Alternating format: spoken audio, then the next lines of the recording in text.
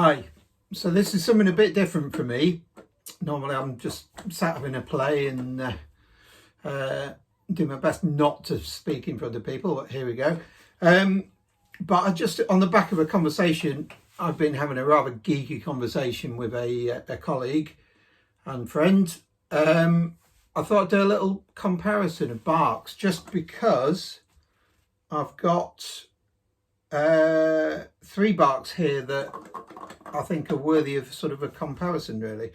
Partly because it's been sort of my quest of trying to find the right hooter for the job for me. So I'm mainly sort of doing, well, I was before the lockdown, mainly doing show work and a bit of big band work and that sort of thing, on the lighter side of things. So I, for years, played Yamahas and then ended up getting a Bach Vindabona, which I absolutely love. I love the sound of Vindabonas and the feel of them. But I did find it a bit hard work at times, especially on sort of big band things and some of the show stuff where it's upstairs a lot. So I got sort of thinking, I like the 72 bell. I think I probably always have. I've had a 72 in the past as well. And I believe I had a Bobby Shoe Yamaha, and then I had a Wayne Bergeron Yamaha. And I think that's, my understanding is that's not dissimilar from the 72 bell. It was sort of based on the 72 bell Bach. Feel free to tell me if that's not the case, but that was my understanding. So anyway, I played the Vindabona for a couple of years and then sort of got thinking, I bet there's something similar out there that might actually just give me a little bit more help and a bit more edge when I want it, but not losing the feel of the Bach and the sound quality of the Bach. So that led me, so first off, Vindabona here, look, there we go. That's, you probably can't see any of these bits, but nice 1975-ish Vindabona. And that then led me on to getting a 72 lightweight. Again, I don't know if it's visible or not, but there's a star there, you see, denoting lightweight. Medium large, completely lightweight, so no nickel silver in it. And yes, it gave me certain things that the Vindabona didn't. Not the same sound, different. So what I'll do in a minute is do a sort of play test. Maybe you can hear some of those things. Still medium large. The Vindabona's got a 43 lead pipe. The 72 lightweight's got a 25 lead pipe, which is a bit tighter. So then I still wasn't 100% happy and thinking there's maybe something else out there. And then I came across the Bach Commercial, which has got a 43 lead pipe. It actually says it's a modified, on the Bach website, modified 43 lead pipe, whatever that means. But anyway, nevertheless, 43 lead pipe, medium large, much stripped down, so lightweight without the bracing, much lighter weight. I don't know if you can see those or not. Slide pulls. It's got a bronze bell and also a 2-piece valve block, where the top part of it, again, I don't know if you can see, the top part of the valve block is bronze as well, which gives it a little bit more edge and zinginess. The other thing I really like about the Commercial is it's got a French bead on the bell rather than the traditional sort of rounded, turned over bell. It's got French bead, which I do find gives you a little bit more feedback to the player, and that's what Yamaha have done with both the Bobby Shoe and the Wayne Bergeron models. So it's, you know, that's where I've, the bell on the commercial is a 1B. So it was Bach's first ever bell. I don't think too dissimilar from the 72, perhaps a little bit tighter flare maybe, and I think the actual bell size is a little bit bigger. But on the whole, this to me was almost as close as I was going to find to the setup of the Vindabona, but in a slightly more commercial horn. I think that the Vindabona is great for sort of smaller band, and you know, it's got a wonderful sound, almost like a cornet-like quality, because it's got a conical bore, or really it's more of a step bore. It's not actually conical, but it goes from the 43 lead pipe into the tuning slide, which then expands into a sort of bigger pipe going into the valve block, and then the 72 bell, which is pretty big. So not dissimilar to the sort of concept of the Bobby Shoe Yamaha and the whatever it was, the Shilky B6, I think it is, maybe. So yeah, but that gives you a sort of more cornet-like quality to it, I think. So anyway, as a little sort of play test, I'll do one with my regular mouthpiece, and then I've got somewhere a slightly deeper one as well. But I normally play on the Wolverton 3S, which I have for years and years and years, and a Q back bore, which again I have for a long time. So that I'll play on that, and then I'll play on I think it's a Wolverton 3MC, so just a little bit deeper. And that's a New York back bore, which is like I think a copy of the old Giardinelli back bores. So I'll try and play something a bit similar on all three, and maybe you can sort of hear sound quality differences, or maybe not. I don't know.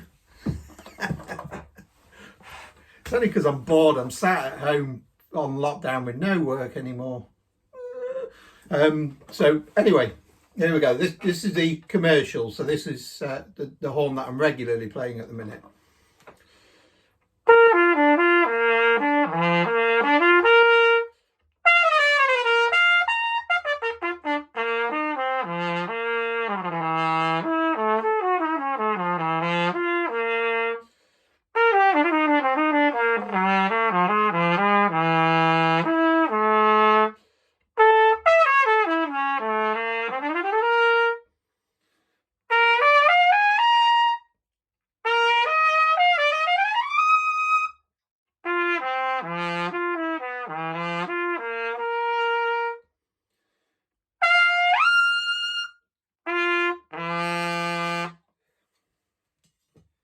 Right, and then a sort of fairly similar, it won't be the same because I've got a terrible memory, something fairly similar on the 72 lightweight. So this to me is probably the one that sits in the middle of those two, in terms of sound and in terms of you know, the slightly more edge to it, and slightly more suited to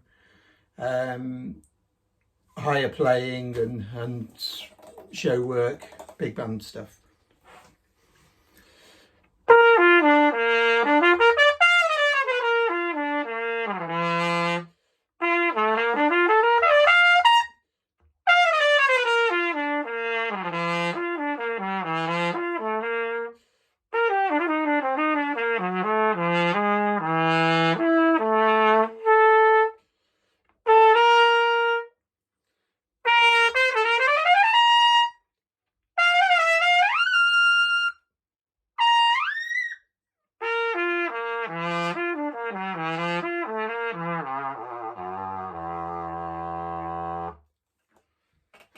It was nothing like what I played the first time, but hey, I've already told you I've got a bad memory, so there you are, deal with that.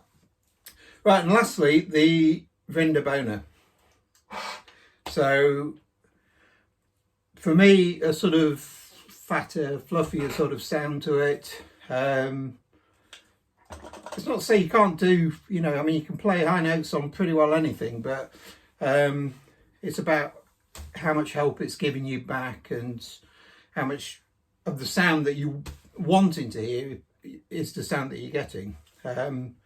So, and that does change within the quality of the instruments, the quality of the metals, the thickness of the metals, and the shaping of the various components. But I'm no trumpet builder, so I'm waffling a bit on stuff I don't really understand, but hey, whatever.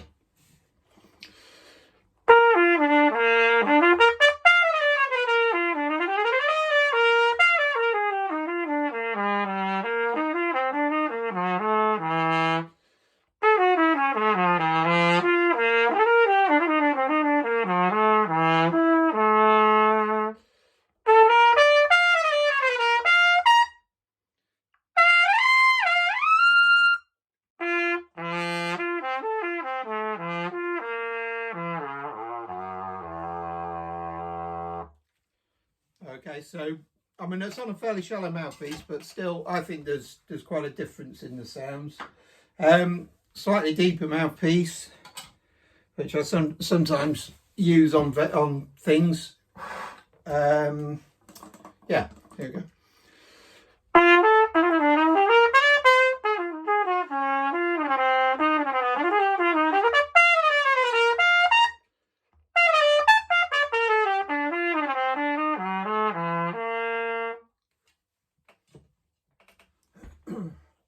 Then the 72 lightweight.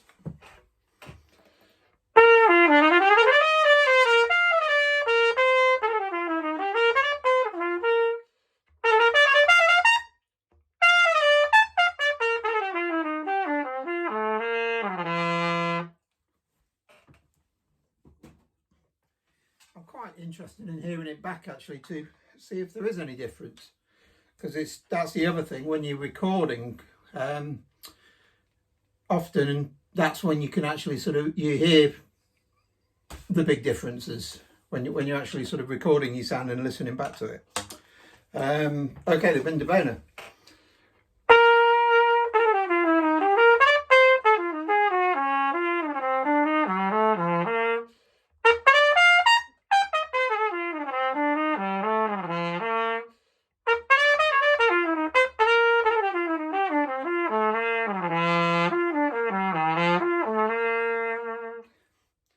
So for me, the Vindabona really feels like it's got more flexibility, and it actually does feel a bit more like playing a cornet if you're backing off and trying to play in that style, which is something I really loved. You know, I sort of started as a cornet player, so maybe there's a bit of that never leaves.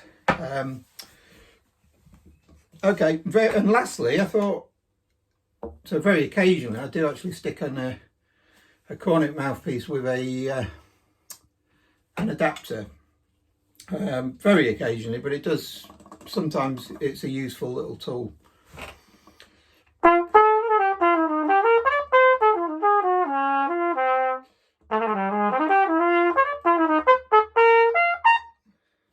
So that's the commercial.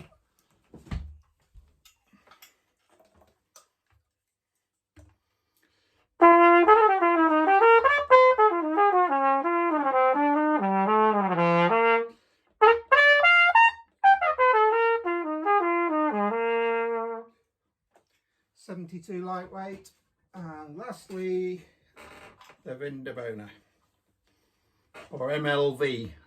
That's what you're seeing on the valve casing.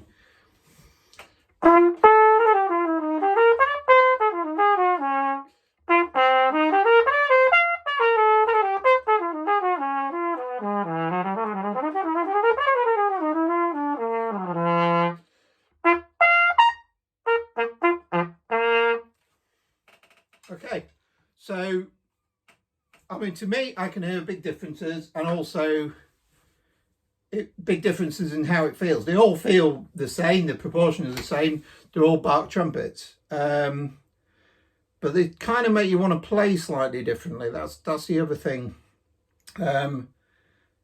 you do fit, you know, I think to do with the feedback of the sound and the feedback of the resistance that you're getting, the Vindabona does make me want to sit back a little bit. And I do find that I sort of focus more on a cornet-like sound on the Vindabona than when I've got the, say, the commercial in my hand. You feel a bit freer to, you know, to think a little bit more like a lead player perhaps, or a show player or whatever. So anyway, rambling observations of a middle-aged trumpet player out of work. It kind of means nothing unless you're particularly interested in this, which maybe you are. I don't know. Why would I know? Yeah, maybe you are. Maybe, and leave me comments. Tell me if you've enjoyed this and if you want me to do any more. I have had a couple of people ask me about doing a couple of videos. Not like this so much, but I've had a couple of emails from people just asking about various playing styles. You know, how do you do this? And by no means do I consider myself an expert on any of that. There's a lot finer players than me, but I've been very lucky to earn a living for 30 years playing the trumpet, and I'm very happy to pass on a little bit of what I do know, and that's always open to anybody turning around and going, well, yeah, that's not how I do it, and what's he on about, the fool? But it doesn't matter, you know, we've all had our own journey in this. I think it's very useful to share experiences. It's not particularly helpful to compare against other people, really, because everybody's different. Everybody's embouchure setup is different. Everybody's requirements for equipment is different. The reason there's millions of mouthpieces on the market, with every single one with a different numbering system that makes no sense whatsoever to anybody, is because everybody's chops are different. There's an infinite number of combinations of factors that we all need, which is why we talk about trying to find the one on mouthpieces. It's a never-ending quest, and really all we're looking for is a mouthpiece that feels comfortable and we can do what we want to do on it. That's all it is. But because the variables are so different in everybody, it is a bit of a quest. So anyway, maybe that's a video for another time, who knows. But leave me a comment, subscribe to the channel if you will. My lovely kiddies keep telling me to tell you to do that. And I'm not very good at all this YouTubey stuff, but like I said, I've been doing shows for the last 30 odd years, on tour in the UK and in the West End, and loads of gigs and what have you. And at the minute, all the theatres are closed, and there really isn't any sign of it opening anytime soon, I don't think. Not wishing to be a negative soul or anything, but I don't think there's much hope of it sort of changing anytime soon until the coronavirus thing is tamed. Anyway, whatevs. There you go. Hope you've enjoyed it. Hope it's sort of, if nothing else, give you a bit of food for thought. And yeah, leave me some comments. Let me know what you think. Till next time. Cheers.